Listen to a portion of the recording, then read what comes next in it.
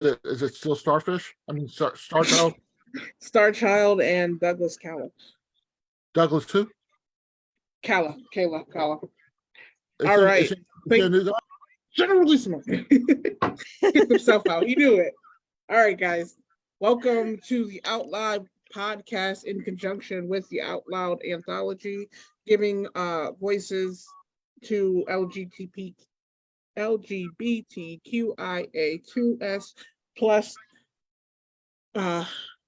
people.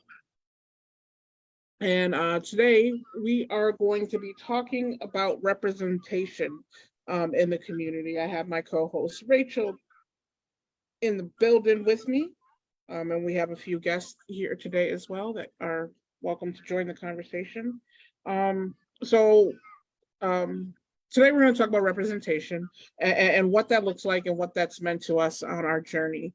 We've seen a lot of situations recently, especially like in the media, with people not being okay with homosexual characters in movies or kids' movies or children's books regarding queer identities.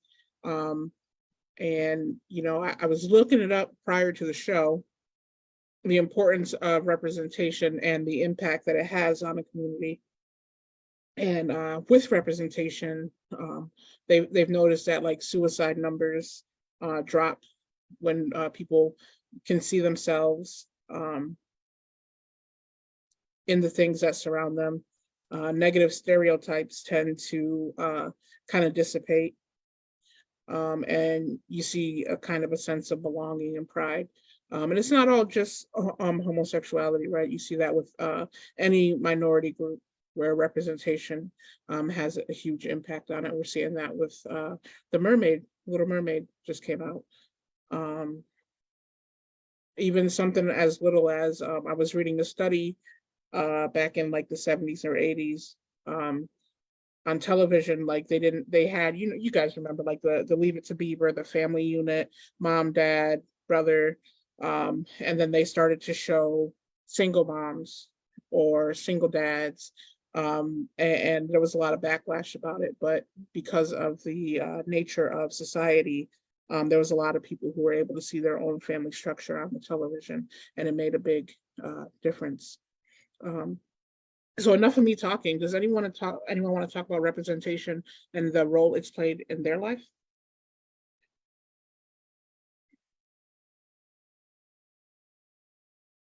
How about some queer actresses, actors, musicians, sports athletes? Anybody want to talk about that may have had an impact on them? Or what were you meaning when you said something about the Little Mermaid movie that just came out? So in regards to representation, we've been seeing there was a lot of backlash about the Little Mermaid movie, but they're noticing there's a lot of videos now that the movies come out. They made Ariel is black. She's played by Chloe Bailey, and people weren't happy about that. But for young kids who are watching The Mermaid of minority, they've been able to find themselves in Chloe playing Ariel, and been able to kind of relate to the movie a little bit more. I just saw. I did see the movie. That's why I was asking. I haven't seen it yet either, but I plan to. I did see it. Oh, you did see it? Yeah.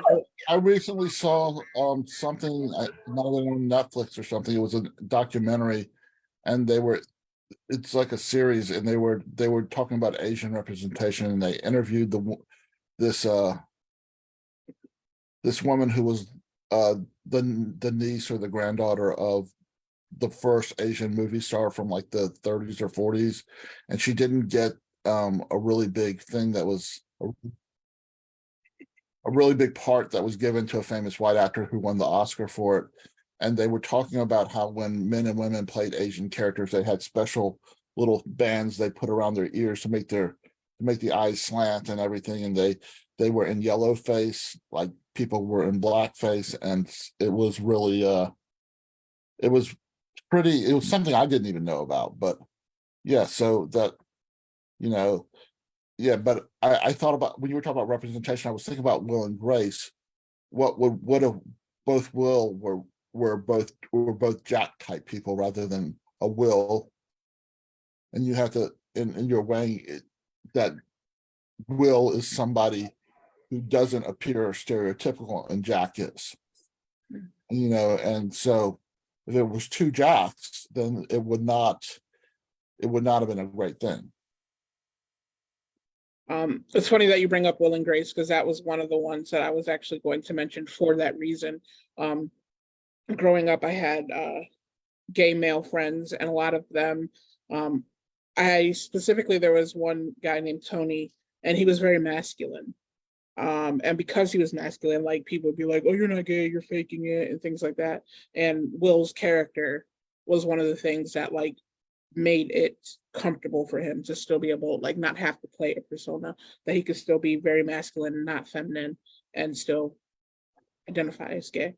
I think it's the idea is as somebody who a lot of people thought were gay, and I've always felt a bit of negativity toward a lot of very effeminate men, feeling that they were acting a certain way. They were overdoing. I mean, people are naturally effeminate, but they were making themselves more effeminate than they really were, and I always felt that that wasn't a good thing. But then I really met a lot of people who really were, and I realized that my thoughts on that were wrong. That you can't make those judgments. And there was always, and there was always part. It's like it's sort of like a lot of trans people feel very left out of the gay community, but there was a divide between people who were very effeminate and people who were not as much effeminate. And talking to Rusty Rose, she was talking about how all the gay bars when she was young were literally segregated for specific types of gays. So you didn't really have you didn't have that. Stonewall was sort of an anomaly because it allowed a lot of younger people in. Most gay bars did not even allow people like under 20 years old or under 22 years old. But then they had ones for businessmen. They had ones for the trans, for people for men who dress up like women. They had different for different ethnicities, and they usually didn't mix. Mhm. So it's this whole thing of, and I know within the Black community how gay is still very taboo in Black and Hispanic communities with a lot of people. So Yeah. Hey guys, how are you? I just joined.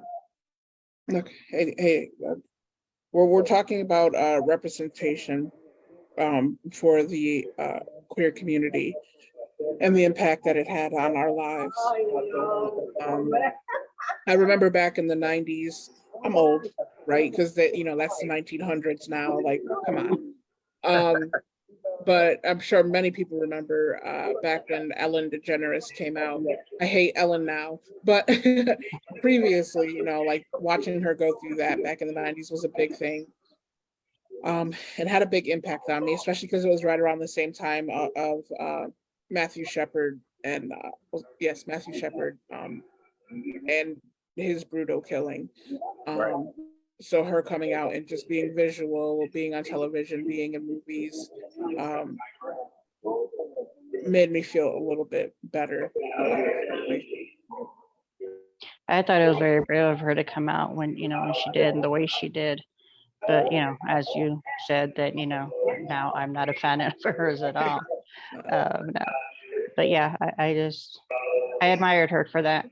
And another thing that as far as representation, that I really do admire, and I think America needs to catch up on, is Canada. They are very, from what I've seen, very open, and they are very accepting of the gay community. And it's like they don't even question it, they don't flinch. And here we have more of a problem with it than over there. And I wish that, things were different here. That way, we can all be accepted. and, not have these hate crimes against us and, all that stuff. And like you said,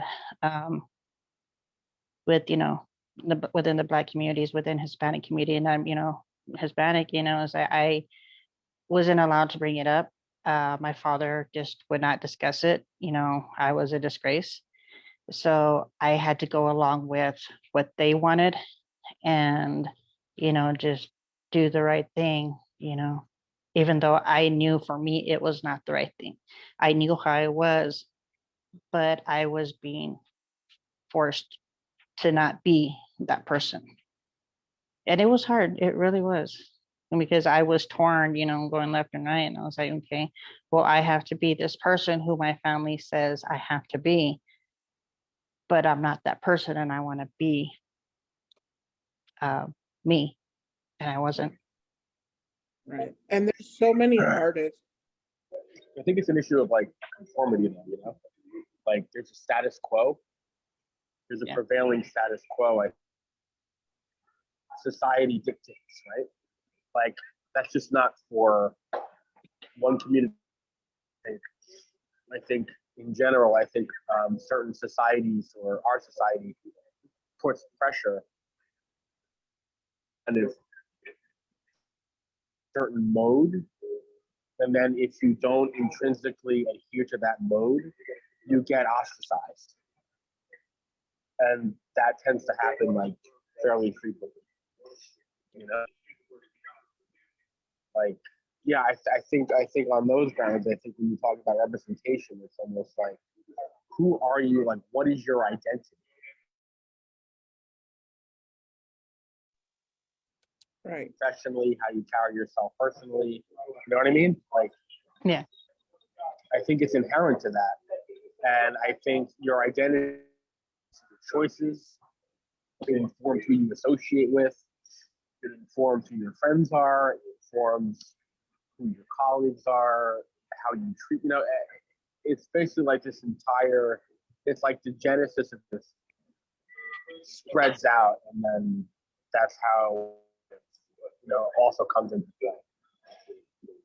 Yes, I finally got tired of being, who I wasn't. And so I literally came out on Facebook, and I came out late. But I figured, it was better come out late than not at all. And I literally had a friend who, growing up, I mean, she was like a sister to me. And she sent me a message, and she was like, why are you saying this? It's not true. I'm like, yeah, it is. I'm like, this is who I am. This is me. She's like, well, I'm not happy about it. I said, well, it has nothing to do with you. I said, if you can't be happy for me and you can't support me, then you need to go. I said, because I don't need the negativity. I don't need to be put down. This was me my entire life growing up. This is who I am. And she was like, well, we can, work on it, and I'll pray for you. I'm like, no, no, this is not going to work. So, but yeah, I said, no, it's not going to happen. She was like, well, then I can't do this. I was like, all right, bye. I mean, there's, entire childhood, teenagers, and, even after high school, and it's just all gone. And it really did hurt. But it was one of those where I accept the hurt and pain from what she did, or basically just play the role for her of who I'm not. All right.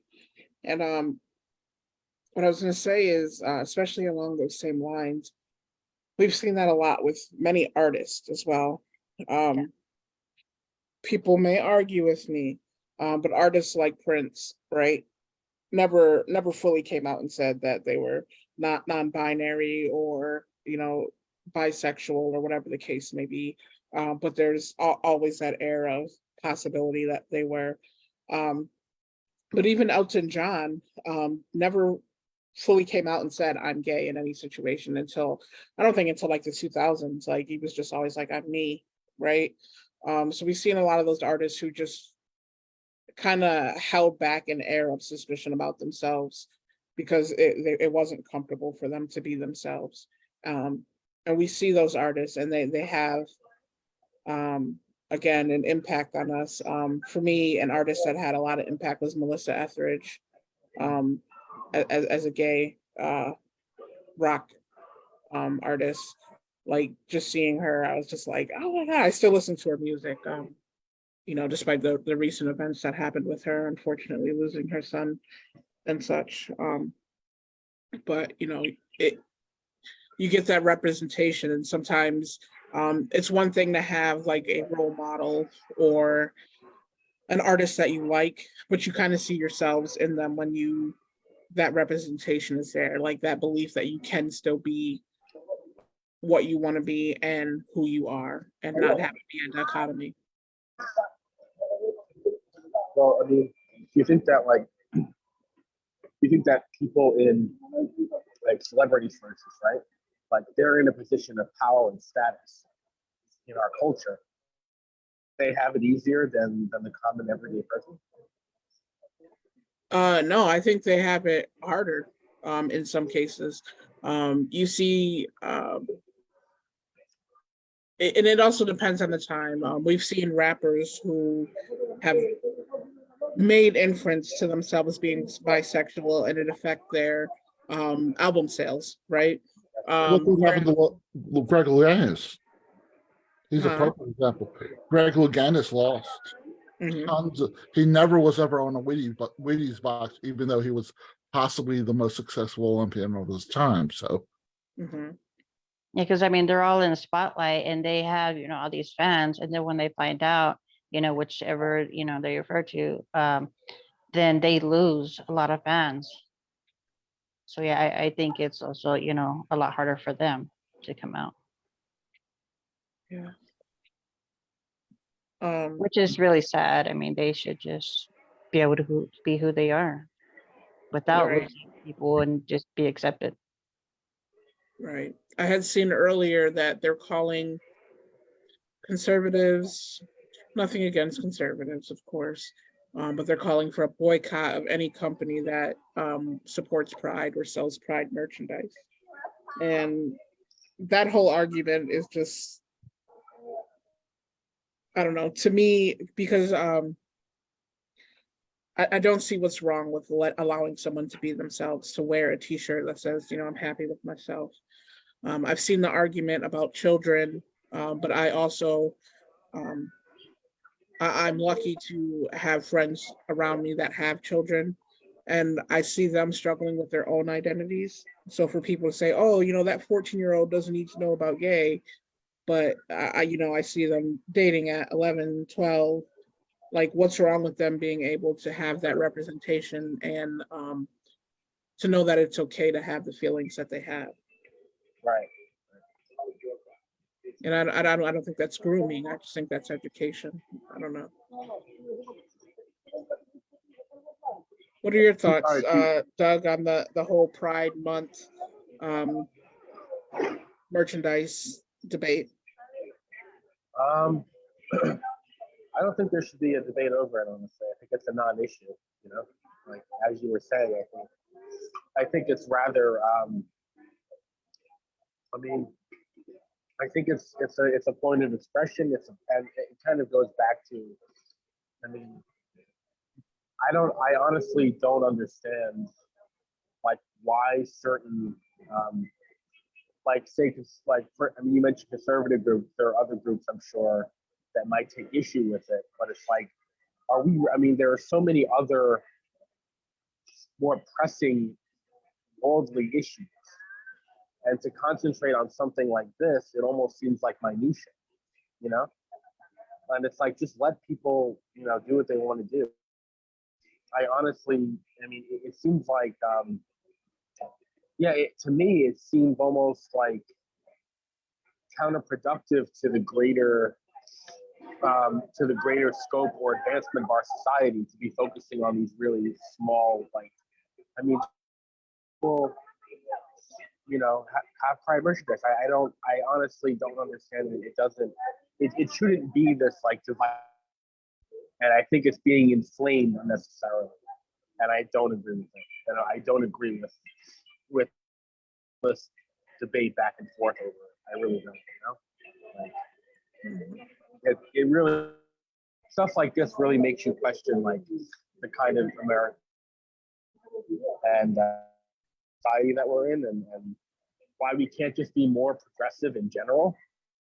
Progressivism is the way that, I mean, guide my life and my choices. It's like, I don't know, just to be more, to lead with kindness and not with this, you know, having to make everything a microcosmic issue, you know, and that, you know, it's where I think it's self-explanatory. It should just be, you know, it should just be an accept. You know what I mean? I don't understand. Yeah. So for everyone in the room,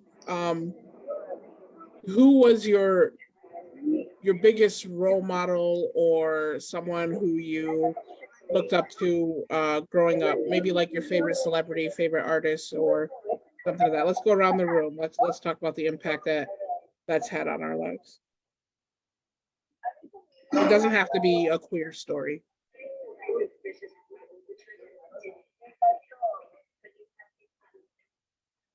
Totally Smo, tell me about your life.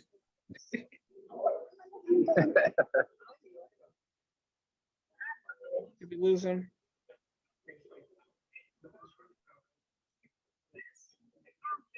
Hanson, what about you? Like I said, it doesn't have to be a queer story, something where representation had an impact on your life, or maybe a role model that you had. I would say when I was in college, I would say like Malcolm X became like a role model. I would say, as far as self-confidence and, you know, looking out for each other and building community, and, you know, being sure of yourself and like saying what you want despite how others may feel about it. And so like through my poetry, I was, you know, I strive to say what I want and to be sure of myself when I perform. And to use it in other areas of my life as well. Okay. Rachel, what about you? Yeah, I was thinking about it when you asked. I went, good question. I would honestly have to say my choir director from high school. We knew he was gay, but he never came out and said it, you know, because this was way back in the 90s.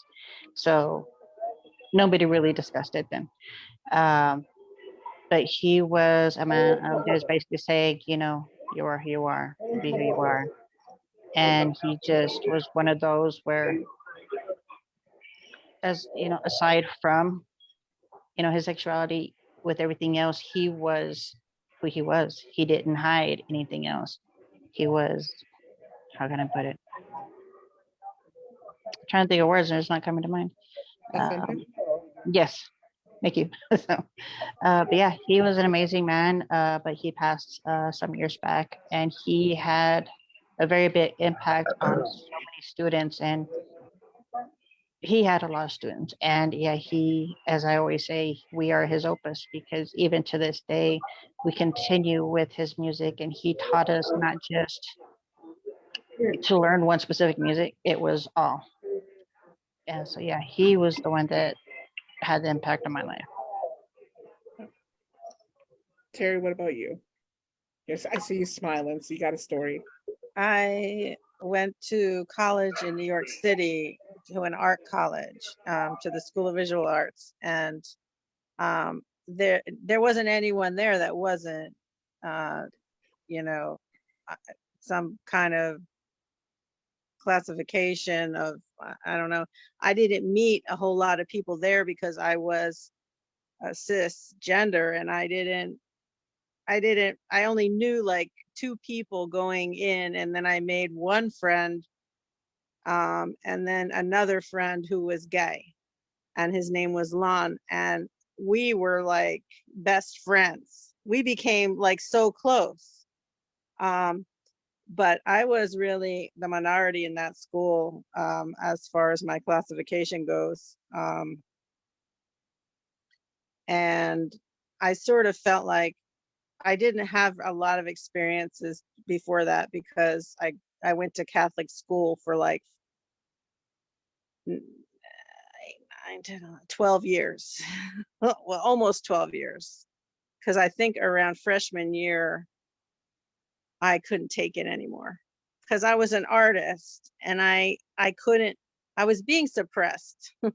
I mean, with every kind of a question that I had, and my beliefs were I was questioning what they were teaching me. And whenever I would question, I would be looked at like, why are you questioning? Like, what is wrong with you? Like, I mean, and then eventually I did something like I made a statement where I had to assert my individuality a little, and that was not being tolerated at the time. So I wore a t-shirt that said me on it, and I opened my blouse up, and everybody else had uniforms on, and this was like a yellow shirt with black letters on it, so it like really stood out. And I walked through the hallways with that, and I got in trouble because I did that. Like my the principal of the school called me and said, I'm gonna be written up if I don't like button up my shirt and be like a clone, like all the other drones or clones or whatever the heck, walking through the hallways there, where you're just like, you have to look exactly like everyone else.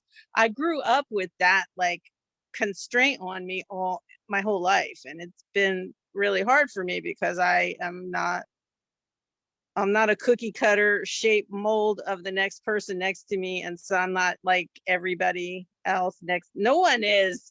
Like, I don't know how people don't have nervous breakdowns when they when they have to go deal with this for so many years. How do we not all come out screwed up some way? Needing mental health counseling and everything else after just going to Catholic school. Like, that was just, and my father heard me say this, he'd kill me right now, but he was the one that was the pusher of that, pushing that all the time. And my mother was like my salvation a little bit, because she never thought I wrote poems about this. She never thought we should have to attend Catholic school. That was something that my father was insisting on. So by freshman year, I've had enough. I mean, I was like, I can't do this anymore. I went to public school, and then I met more people, who not a lot of people, because it still, I think, was a little town, a small town mindset and everything where I lived. And I don't think people were ready to hear people coming out. And so the one other person that I know about, I'm sure there was more than one. No, there was. Okay, so two of my best friends, because that I went to college with, the two that I said I knew when I went to college, they were both gay. Or lesbians, and then the other one guy who I was friends with was gay. And so the only three people in the entire school that came out of the closet and declared something about themselves were my friends. You know what I mean? Like, yeah. So that's my influence, I guess. But my real influence was my mother, who did not close her mind to things. Like, if she closed her mind to everything, I don't know, I probably would have wound up in a, on a psychiatrist's couch a lot earlier than I actually did, because I ended up putting myself there anyway. But, she really helped me understand things. My father was very closed-minded and one way thinking all the time, and just not thinking outside the box at all with anything.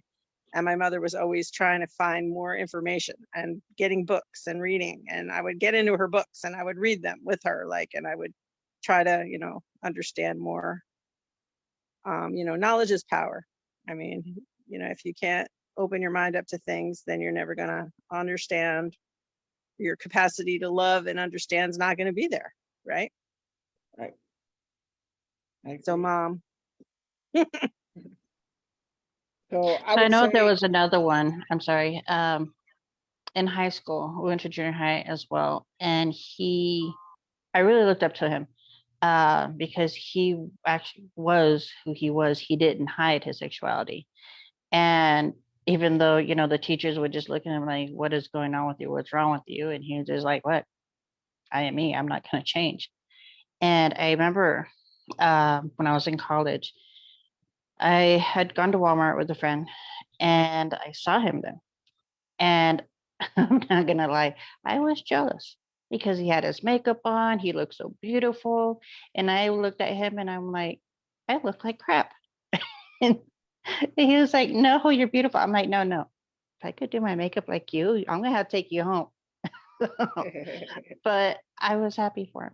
I was really happy that, Ruben was who he was.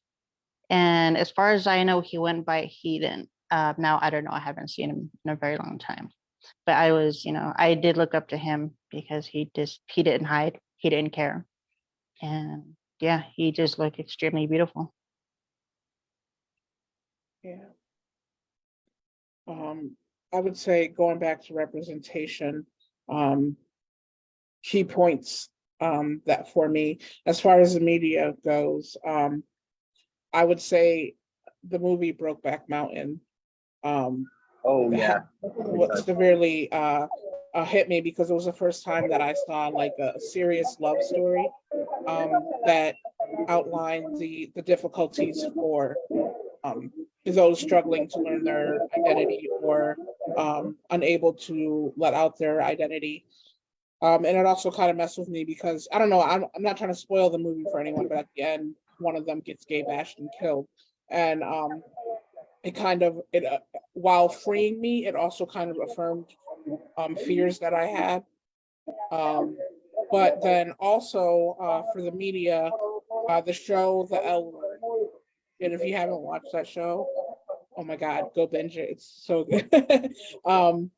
But it's really about Wait, did you say the L word? the L Word. The L word, yeah. Yeah. Right, got it. And it's about a group of friends, but like one of them is cisgender, one of them is trans, one of them is lesbian.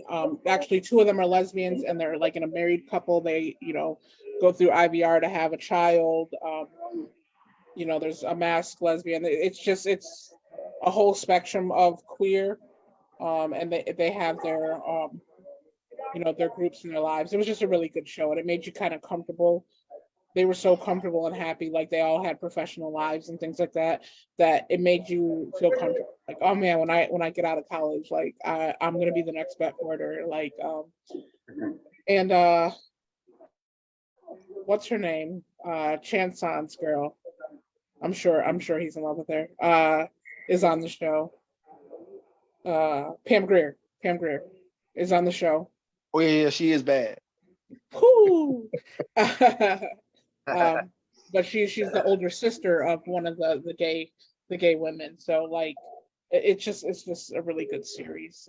But those two, as far as like representation in the media, were two things that had I would say a profound impact on me, and my thinking and my emotion towards seeing things on television.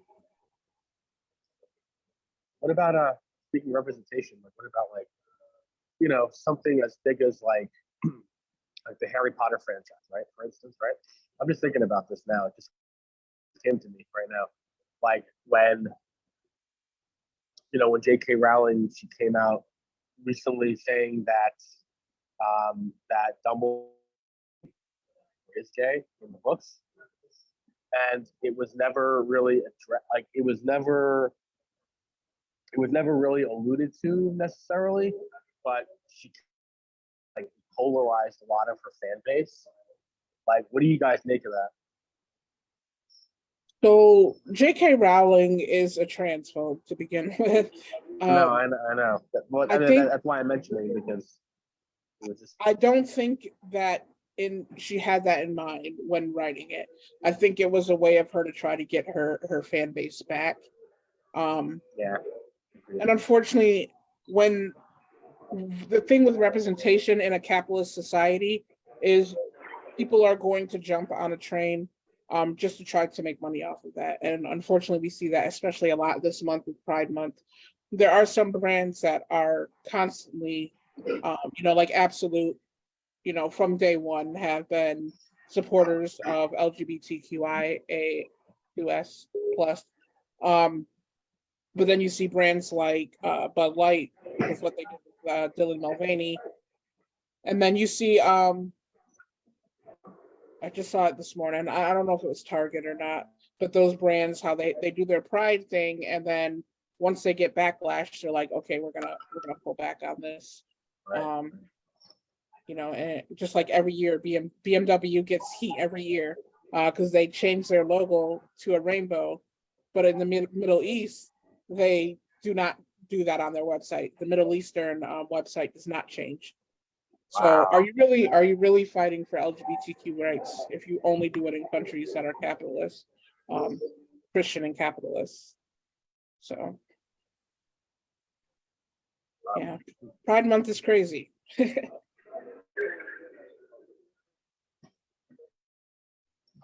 You don't know who to trust unless you do your research, right? You're just like, oh, they put a rainbow up. That's really cool. And then you see, Yeah, oh, and then like, and then on the flip side, their beliefs actually run counterpoint. You know, yeah. It's really shocking, actually. Like, I'm sorry. there's is the word like duplicity? I think is the word, right? Where it's like you say you present something outwardly, and then you really mean something different. Mhm. You know? Yeah. I think that's when you're like duplicitous. That's actually the term for it. Yeah. Wow. Yeah. And yeah. And unfortunately, capitalism is going to always allow for that. And I say, because right now we're on an LGBTQ podcast, I say Pride Month, but you see it a lot with Juneteenth now too. On the 19th of June, everyone's got the red, black, and green going on, and but realistically, and I'm talking about this morning on AJ 707. If people cared about Juneteenth, if that is the day that everyone in this country was technically free, why is it not celebrated by everyone? Why is it the Black holiday? You know what I mean? Like, why is Right. it that people rally around? Like, oh, white people have July 4th and Black people have Juneteenth. Why isn't it? These are days of freedom as a whole. You know what I mean? Exactly. But unfortunately, we don't have that. But that's another story.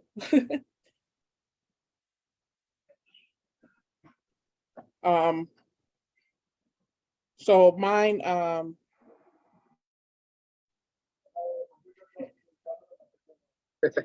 sorry, I'm laughing at the chat. So like, I don't know. What do you think about the I don't want to say children, but having queer characters in like cartoons or in Disney Channel shows like the JoJo Siwa situation. What are your thoughts on that? Anyone can answer. Well, I work in Head Start, and of course 3 and 4 year olds watch a lot of cartoons, and I listen to the parents talk and the older teachers and stuff, and they think that the cartoon people have gone too far with making characters that are LGBT.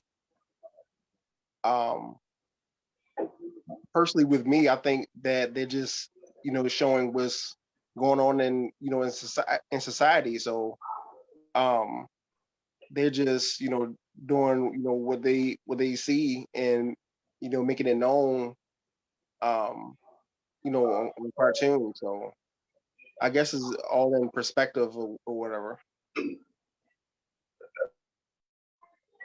What was the cartoon you mentioned? I don't think I know it. Me, I didn't mention the cartoon.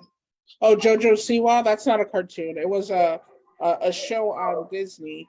But she, you know how Disney is. They get those kids, and then once they get to a certain age, they like become individuals, and Disney loses its mind. But after her show, when she kind of left Disney, she came out as gay. She's a lesbian, and it was just this whole thing because she has this whole brand of kids behind her. Kind of like the Miley Cyrus, Hannah Montana thing. Like, I was like, oh my God, she's Hannah Montana, and now she's acting crazy. Like, I don't know. People were really upset about that, but it was just like, the kids in her, they're 7 or 8, but at the time when she came out, she was like 17, 18, right? So, it's like, yes, I have this childhood fan base, but this is my life. You know what I mean? Like Bruce Jenner. Actually, he I was. love Caitlyn Jenner. I watched him win the Olympic gold medals, and I was like, this guy is like unstoppable. You know what I mean? He can do anything, right? And then he decided he wanted to do that sex change and the surgery and everything. And I had a hard time with it because I knew him as Bruce Jenner for so many years, and he was kind of like an idol of mine for what, his athletic prowess and everything, everything that he did. And then when he said that he wanted to do the surgery and everything and become a woman, and then sort of Kris Jenner, Kardashian, who said something about him, and she kind of discredited him around the same time, like publicly, for wanting to do that. And then I guess she went back and changed her mind and said whatever, to try and put a Band-Aid on it. But I don't know. I just see him all the time as, yeah. So I would champion the story because formerly known as Bruce was, a hero, and to have that representation and to come out as trans. Unfortunately, Caitlyn is a cunt. She might sue me. I ain't got no money. It's a lot of self-hatred with her now. She has been campaigning against trans rights, basically saying that people shouldn't be able to change their gender and their identity. And I don't understand. I understand there may be some confusion or unhappiness for her, but to try to take away an avenue that was given to her away from other people, I don't agree with. Is she saying she made a mistake? I don't think it's being positioned as a mistake, just that it shouldn't be done. Like, she's one of those ones on that side who are just championing against like gender affirming care. I know a lot of it has to do with children, and I understand not wanting someone under the age of 18. But I think you should still give them the knowledge so they can make that decision. That I don't know, chance on. But yeah, she has openly given fuel to those who are doing things like people like Ron DeSantis and what they're doing in Florida, making it so that people can't get their medications and things, even though they've already transitioned. So yeah. Yeah, I don't agree with that. I really wasn't up to date on what was going on with her. I just kind of lost track of her once she made the transition, and I didn't hear. I guess I'm not really paying attention. If that's going on, it should be in the news, right? I guess I should have heard something. Yeah, she's been in the news. I don't know. Yeah, I guess I just didn't catch it. I didn't catch when she was on it. But yeah, that's not cool. I don't agree with that. But I think she did get the surgery, because I heard some crazy stories about what they were doing with the body parts that they removed and all this craziness. Yeah, I mean, had she not become so self-hating, I think that was an opportunity for visibility and, again, representation. As he was, I don't know, such a prolific athlete in their time. And for people to see that, I think was amazing. Unfortunately, the end result. That's a story that went horribly wrong. Yeah. That's not a good example that I brought up. It's a terrible example. All right, well, we're coming down to the ending moments. What else, does anybody else have anything they want to say, a point they want to make, an experience they want to share, anything like that? Yeah, real quick. You mentioned stuff before. Um, I don't think this person was a role model, but I did admire them. I went to SUNY Purchase, and Purchase is a very left, super liberal college, arts college, and a majority of the campus, a bunch of the students are gay, most of them, or a majority of them anyway. And there was this one friend I made, and we became pretty close. He was actually trans. He was male to female, and really lived by his own by her own convictions. And what was really impressive was that this particular, she never let the student body was so welcoming. Like she kind of flew by she kind of wore her own flag very proudly. And I think in terms of identity, this was a person who was so incredible from their own skin.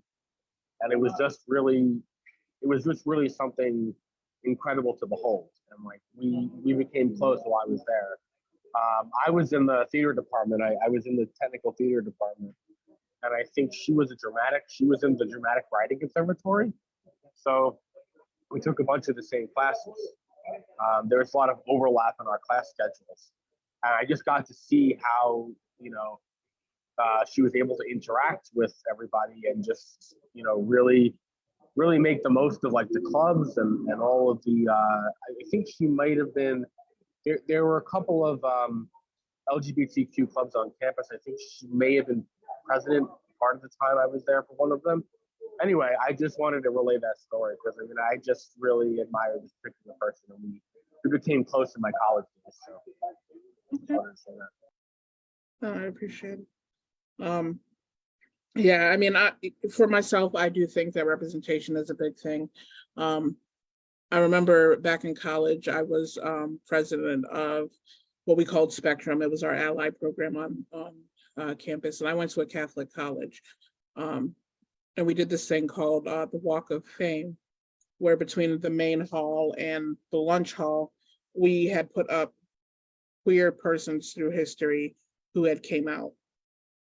So people like George Michael, RuPaul, just people who had a significant impact on LGBTQ life and culture. Andy Warhol, people like that. And I remember some of them were ones that weren't very well known. And at times they would tell us, oh, you can't put that there. You can't do this. You can't host that event because, it was a Catholic school.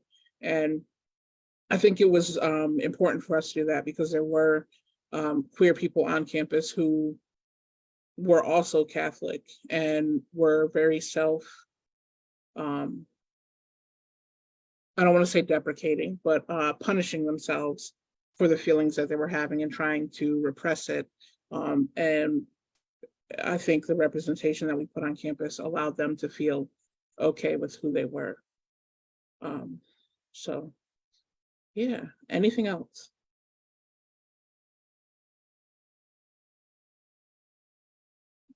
All right, well, if nobody wants to talk, I'll just remind everybody that we do have our Out Loud LGBTQ anthology that is on redorgreenbooks.com. You can order it, or you can get it from any of the contributors, which I'm pretty sure everyone in the room here is a contributor. You can always reach out to one of us. We can send you a copy. And I do want to shout out another book that is not LGBTQ driven, but it is an important book, and it is the American Graveyard Anthology, which is also with Red or Green Books, and it is talking about its calls to end gun violence. It's not us trying to take your guns away, okay? We're not trying to take nobody's guns away. Just talking about gun violence in America as it is. It is an amazing read, great impact. So please check for both of those anthologies on redorgreenbooks.com. Look, and it looks so, they're so colorful and beautiful on your bookshelf. You might as well get them. Hey, Sharky, when is your book coming out? Don't interrupt. And you also have Terry Rose Jerickson in the house. She has a book on Red or Green Books as well. So please run and get it. I'm trying to find it. I got it. Boom, look at that. I got it. Great. Go and get Terry Rose Jerickson. Wow, great cover. It is a beautiful, beautiful cover. I'm gonna put that Thank back you. up. That was Shane Maynor. And then lastly in the room we have Jenna Bellissimo. And he has his book. Wow, another good one. Nice. Yes. Thank you. I designed the cover myself on that one. Yes, everything I think is all in my mind. These are all RGB authors, Red or Green Book authors, and you can either reach out to them for their book or go to the website to get it. I'm sure Doug List has plenty of books, maybe not on Red or Green Books, but he's been doing his thing. He's recently been added to the spoken word. Want to tell us about that, poetry.com? Oh yeah, that's something I really wanted to mention. So I was added to the Poets. So basically, I'm now I'm a poet and spoken word artist. I got accreditation as a spoken word artist and as a poet on their website on poetsandwriters.org. I had to go through a verification process. Like I had to submit credentials to be listed, and now I have a full profile, which I'll. I guess I've become a bit of a professional poet, I guess, in recent years. Have the latest, adding to the directory now. I will post a link in here. Hold on, I have to find the link. 1 second. I have a question. Are there I have a certain full- qualifications Yeah, go for ahead. that? Are there qualifications that you have There to are, meet yes. to get there? Is it Yeah, about there is. Yeah. the featuring publications being I'll- published? Yeah, basically what you have to do is you have to submit 12 points of accreditation. So all of the you can either submit accreditation like anthologies you were in, journals you were in, books you came out with, and you have to get 12 points. So as long as you get the 12 points, you can be listed as a poet. Now, if you want to be listed as a spoken word artist, you have to submit 12 points of spoken word accreditation. So this means anything you were featured in that you headlined as a feature, like whether you did a feature performance at a reading, whether you did a festival and you were one of the festival Or if you features went- at a feature. Or if you Like, went to the National Poetry Slam in 2014, that would probably be included, right? that would count too, because it's a performance. Yeah, so that would count. Like, say if you won a slam or something, if you won a slam or you placed highly in a slam, well, I think if you won a slam or you're on a national slam team or something and you did well or whatever, like that counts too. But you have to submit either posters, links, videos, any supplementary material. And then the Poets and Writers Directory, the committee there, their people, they stuff, and then they send you an email saying listed, and then they give you a profile. You get a profile. It's worth doing, honestly, because you get booked for readings. Your visibility increases. I mean, I just got my profile like in the last couple of weeks, so I have yet to really, I have yet to mine the fruits of it. But the longer you have your profile, you could be searched online and Google. This is really cool. Your profile gets indexed in Google. So when people type your name in, your post and writer's profile will come up at the top. Will be at the top. So it's actually worth doing. I highly suggest if you really and you want to. I mean, it doesn't mean that you're not a professional poet if you don't have one, but it's just another feather in your cap. You know what I'm saying? Like, let me just grab. Hold on, I'm gonna get the link. Hold on a second. I'm getting yelled at in the chat, so I did want to let you guys know. We also have Chance on. I have 3 of his books. I don't know what the third one is. In Crisis of Confidence. Very spiritual, little inspiration. Also Chance on Bird. Great books. Again, I don't know where the third one is. I don't remember the title, but I have it somewhere. So he's another one. He's not Red or Green Books, but you can get them on Amazon. And Crisis to Confidence. And Open Soul is the other book that you were talking about. Okay, Open Soul. All on Amazon. Cool. All beautifully priced. So definitely get on there and get your copies of that as well. Rachel, you got a book? No, I don't. Well, we'll change that eventually, but Well, I just have, the out loud one, but I myself don't have one. I mean, I would like to, but yeah, I have a lot of writer, as mentioned earlier, writer's block, and my brain is just going, nope. So it's very frustrating. Okay, I'm putting Cafe Generalissimo in there. This is tomorrow from 5:30 until 7:45. You can drop in anytime during that time period. You can come in, read your poem. And so if you want to come to Cafe Generalissimo, that's that. it's tomorrow. All right, 5:30. Yep, the first and third Monday. Okay. Never the fourth, never the fifth. It's a great open mic. Lots of people from all over. And Generalissimo does a good job getting everyone included. So definitely stop by. It's very casual. I sort of do a round robin type of thing, but you get a little more time in the first round than you do in the second or third round. But it's That's awesome. That's cool. It goes from I what, definitely 5:30 do. to.